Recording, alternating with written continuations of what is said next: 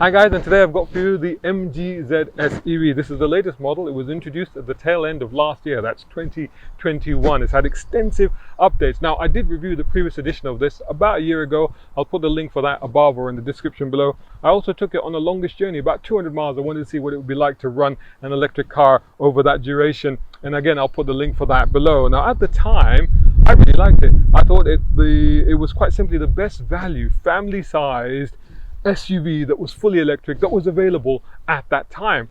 Now, what a difference a year makes. Now there's quite a few rivals on the market. So what have they done to address those concerns? Well, they've stuck a bigger battery in it. It's got 73 kilowatt hour battery, and they claim a mileage range now of 273 miles. But even on their website, they break that down into how you might be using it. So they claim that, well, if you're in the city and you're mostly stuck in traffic, you could maybe get 387 miles out of it. If you're using it only in the city, they suggest 370 miles. If you're using it on rural roads, they suggest 305. And if you're using it on motorways, they are suggesting 207. I still think those figures are a little bit optimistic. I just charged this up to 91% and it was still only showing me a range of 188 miles. Of course, a lot of that depends on where and how you use it and how you drive it. And obviously, it's looking at my history on how I drove it. And you'll see that later in the drive section of this video. Now, with that range, they are suggesting an 80% charge time to get it up to 80% on a 50 kilowatt charger, on a fast 100 kilowatt charger of just 40 minutes. Talking about a 50 kilowatt charger, they're recommending or they're suggesting an hour and 15 minutes. I'd say that actually is spot on, because when I got it up to 91% yesterday, it took me about an hour and 15 minutes, and that was from just under 30%. Now, MG claims 3.5 miles per kilowatt hour. I've seen 2.9. Now, this thing has the equivalent of 156 brake horsepower and 280 Newton meters of torque. That gives it a 0 to 60 miles per hour acceleration time of 8.2 seconds and a top speed of 108 miles per hour. That's not bad for a car in this segment.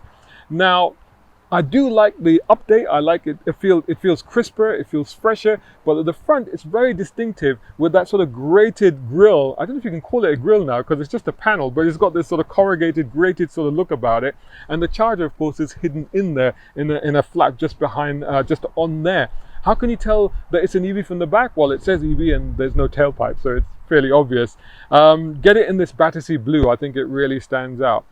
Across the range, however, the prices appear to have jumped by about £5,000. So I can't really claim anymore that it's the best value or cheapest electric SUV in the market anymore. For example, take the Vauxhall Mokka-e. I believe that's a little bit cheaper than this, but also I think it's less powerful and the range is a bit lower than this one.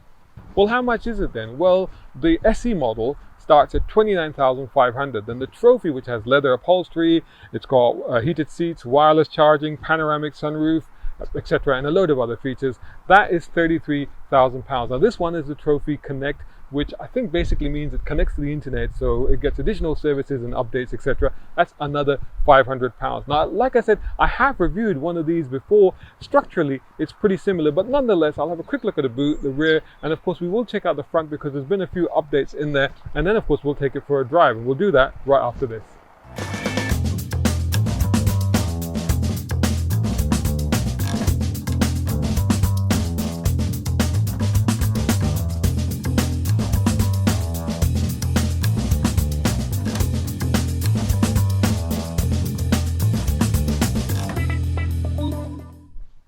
So let's take a look at the boot. Like I said, it says EV right there. There are no tailpipes. This big MG logo is how you actually open the boot. It's not powered on this one. And then you get quite a bit of space here. You get the split folding seats, 60/40, and a pretty reasonable amount of space, I would say, for a car in this segment. But if you want a little bit more, there is more, because you lift this up here and you've got these compartments down here which contain the tire repair kit and all the charging cables and all of that sort of stuff. Plus, you can actually move the floor down to give yourself a little bit more room. There's a bit of a lip to get stuff over, but you now have a deeper cabin, a deeper compartment now. Pockets on each side, pretty good. Let's see what the rear space is like.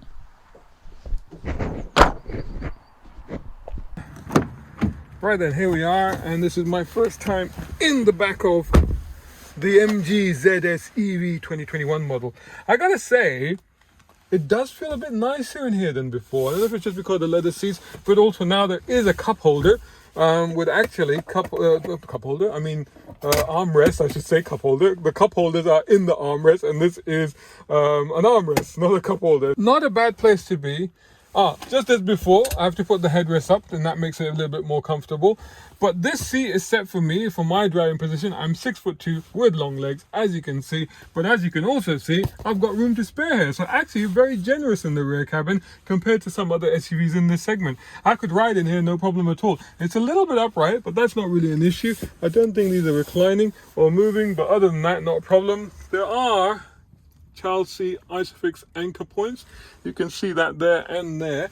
You also get vents back here, and you get two USBs. One is a regular USB and one is a USB-C. So that's quite good. And of course, don't forget the huge panoramic roof that this thing has got to make the cabin feel even more airy and spacious. Let's see what the front is like. There's been a few changes there.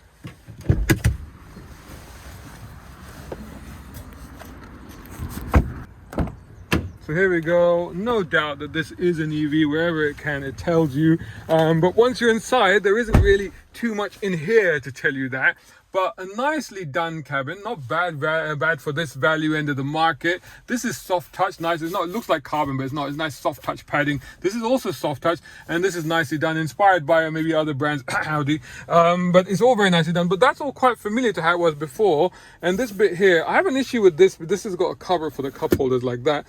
I tend to put my hand like that, and then my elbow, as you can see, is just in that nook there, and that can get uncomfortable. But other than that, not really an issue. A deep cubby box there. And then over here, you've got wireless charging, and you've got a USB and a USB-C, and of course additional power supply as well. So that's quite handy. Now this is a new 10.1-inch touchscreen, and it's got a new interface as well, a new operating system. So let's start it up. You'll like this. Let's show you the routine, how it works. So let's press the starter button. You can see the MG comes up on here. It comes up on here as well, but the car has been on earlier, so therefore it didn't show that. But otherwise it shows a lot of stuff on here as well, logos and what have you. And I don't know if she's going to do it, but occasionally the car starts talking to me as well. So don't be surprised if that comes on. If it doesn't, I'll insert a clip here. The 1st of January 2019, 15:28 p.m, mostly cloudy, 8.3 degrees Celsius in Queensbury. Please pay attention to driving safely. Let's just go through the features. Quite a few things on this one as standard. So there's the Connect thing. It's an iSmart user app with live services, so weather, traffic, and all of that is updated automatically. It's got emergency braking, pedestrian assist, traffic jam assist, blind spot detection, lane keep assist, intelligent high beam, rear cross traffic alert. All of those safety features are there. A panoramic roof, as I've said. Regenerative braking, 3 levels curves is what they call it there. Heated door mirrors, heated front seats on this car. A 360-degree camera, which actually is very good and actually quite handy. Not bad at all, you see there? And that can be quite handy. Wireless phone charger, sat nav, leather upholstery, air conditioning, 10.1 screen. Now this thing, like I said, is a completely new interface. It's nicely done. I like the way it is. Now it can change over to Apple CarPlay, Android Auto when you want to. There's your home screen. That tells you all the information about charging. So it's telling you what it's doing, how much you got, whether it's long journey mode. So if you're in that zone, you can do a long journey is what it's telling you. 182 miles, 89%. The voltage, and when you're charging, there's more information that comes up here. So navigation, you've got the music entertainment is all there, and you can actually just get the camera as well. So that's actually quite useful without having to go into reverse. How many times do you want to have a button like that does that? Well, this one does that, so that's quite handy. Then you've got these toggle type switches here, the volume, which is a bit sort of Fisher Price toy like, I would say, a little bit. So it's but it works. It's not bad at all. And then same here for the fan and for the temperature. Grab handles, that's quite nice. So it doesn't have the lower section anymore, because the other one had a bit underneath here where the USBs were, but now they've moved them to up here, so that's a little bit different.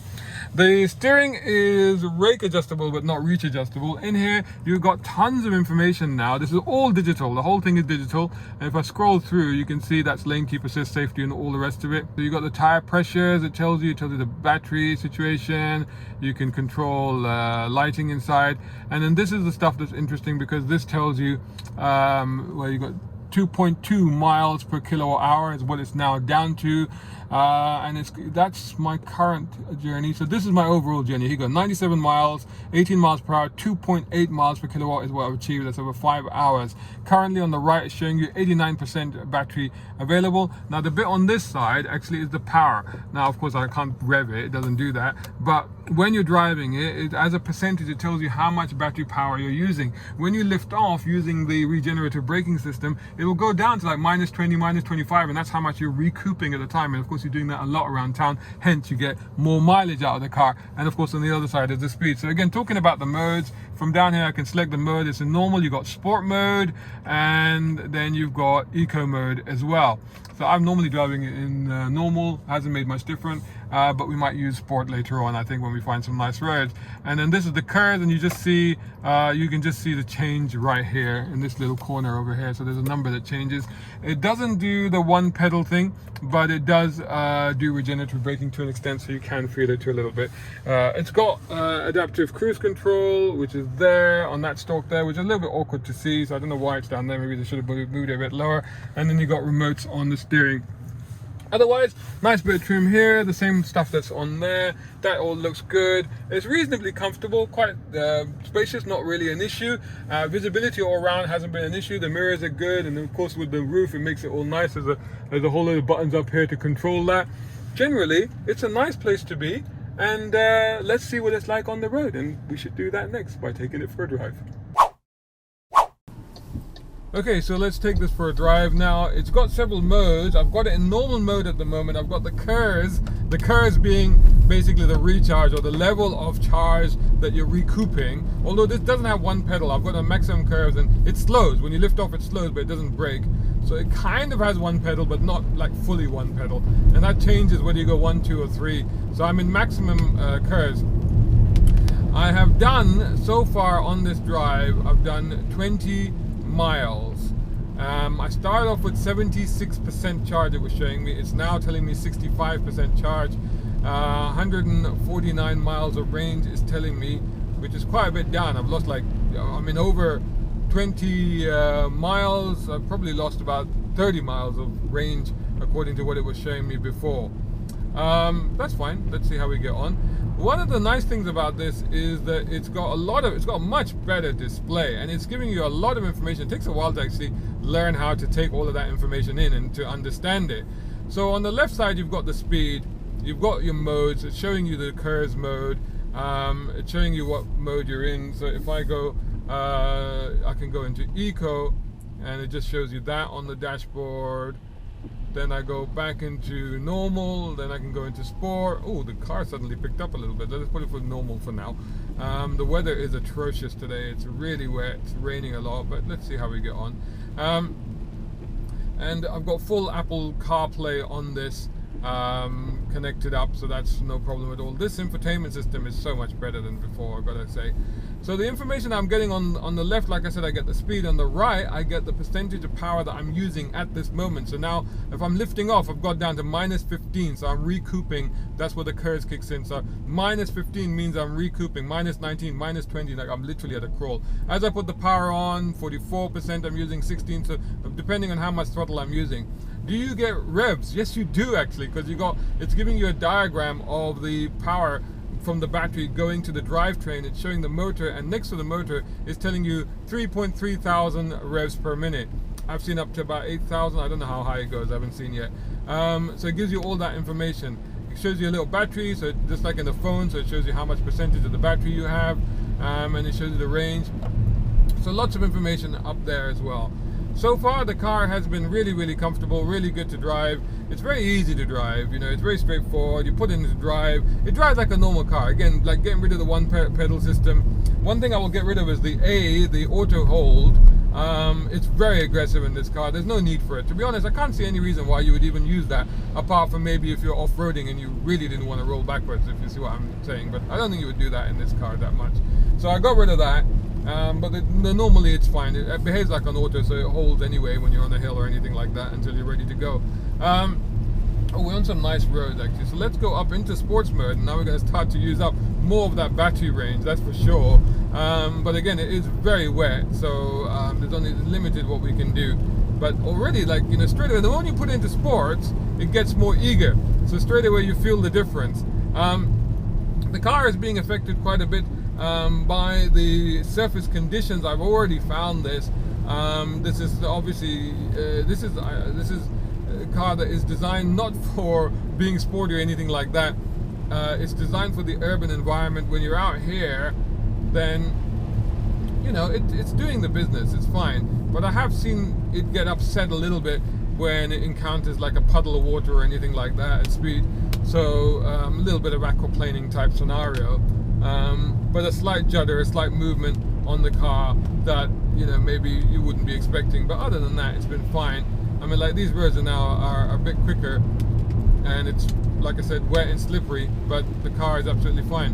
The ride can be quite jittery. Around town it's actually fine, you know, it copes with that very well.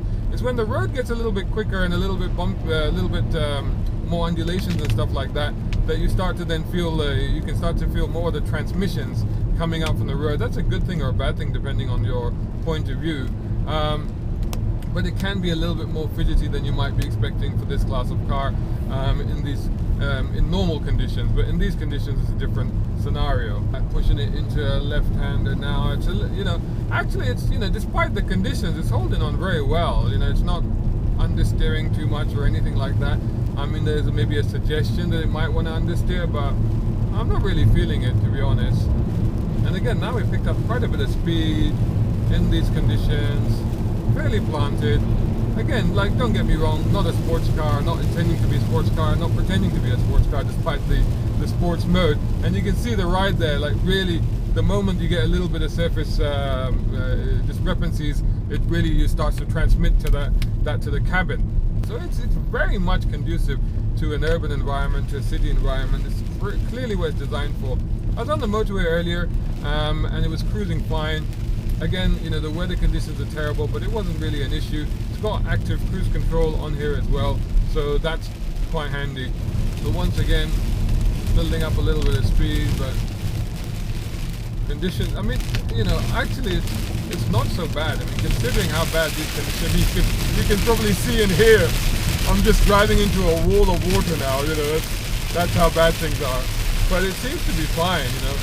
Brakes are good. Brakes don't have an initial bite. They take a little bit of travel before they start to really start to grab hold of those wheels at the front. But once they do, they're okay. They're not too bad. I mean, again, you know, in these conditions, I mean, yeah, there's a bit of a sponginess to them, but they're not too bad at all. Visibility has been not an issue at all around. I mean, to be honest, like, you know, it's a decent sized car, but driving around in London and stuff has not been a problem. Again, like, power on through a corner. This is a lot of water here. Wow, as you can probably hear, but not really an issue. It's still holding the road very well indeed. The turning, I mean, the steering is no feel whatsoever. That's no surprise, but, you know, reasonable weighting, and you know, more, you know, just about as accurate as you would expect it to be. Not really an issue as such. So on the brakes, turning it in, and again, considering the conditions, it's okay, man. It's not really a problem, you know. I mean, it's not too much of an issue with understeer or anything like that. Grips fairly well and does the business. I'm not saying that this is a sporty drive. Like I said, it's not something that you'd come out and drive just for the heck of it, but I'm saying that, you know what, it's okay. But performance is there straight away. It's not a problem at all. And it does feel like an 8 second, 0 to 60 in 8 seconds. It doesn't feel sluggish at all. It feels like it's got the juice that you expect it to have, that's for sure. There's a little bit of noise coming in, as you can hear from the rain and stuff like that. You can actually hear it on the roof. But overall, it's not too loud. It's pretty quiet. The little bit of wind noise on the motorway was fine, not really an issue. It's about what you'd expect. You know, I wouldn't say it's the quietest car on the market, but it's okay.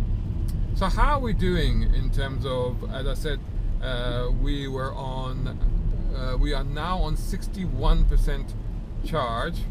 We have 131 mile range. I've only added about 7 miles to when I started this recording. So I've lost a bit more than 7 miles in that range. I think because I've been, as you've noticed, using a little bit more of the power and driving a little bit more enthusiastically since we're on sport mode.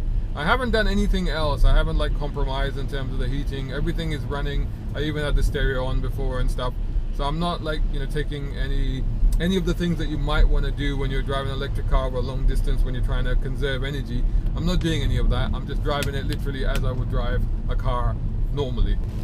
So like I said, I mean, this is not a bad car at all, considering the conditions that we're in, considering what we're doing with it. It's an electric car, and I'm just driving it like a normal car. I've resolved to do that now. I've resolved to stop being anxious or worrying about range anxiety or anything like that, and just driving it like a normal car. That's what I'm doing. And particularly when you talk about conditions like this, it's behaving really well. So all around, great car. I think it's a massive step up from where they had, where they were before, and that wasn't bad for the money. This is yeah, it's not a cheap car at over 30 grand, that's for sure. It depends on the spec and stuff, of course. But you know, should you part with that money? I guess, you know, if you're looking for an electric car and you have the wherewithal to charge it at home and to use it mostly in an urban environment, and occasionally do longer trips where, you know, now you can in this car, then I think overall it does make perfect sense. And you know, absolutely, why not? And you get all the kit, you get everything you need. It's not a car that you'll feel shortchanged in, honestly, over the time that you have it. You'll pretty much look around and go, yeah, I think I got everything I paid for. So it's not a car that you'll think, oh no, I wish I'd spent a bit more money, or I wish I hadn't had to spend so much money. But again, I mean, on these little roads, you know, just coming over a crest, over a hill, not an issue at all. But really, like, you know, even in these conditions, the brakes, yeah, I could do with a little bit more bite from the brakes really, but other than that, it's not really been a problem.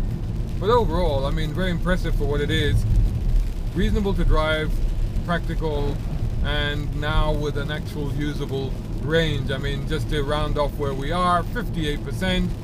Okay, 121 miles is still plenty to get me home, and I've done, since we started talking, 12 miles. 32 in total since I started my journey. So it's not too bad at all. So there you go, there's my review of the MG ZS EV. Let me know what you think of this car. Let me know if you're considering getting one, and what would prompt you to, oh shit, again, you know, press on the throttle, 97% power, and off it goes. So not bad at all. Let me know what you think of it in the comments. I'll see you in the next review.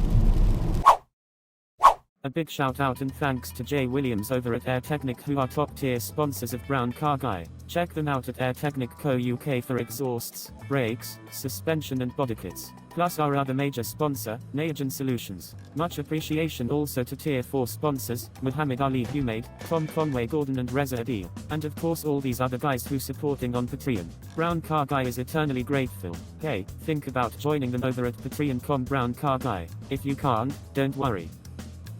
Just make sure you're subscribing to the YouTube channel and website. Plus follow on social media by searching for Brown Car Guy.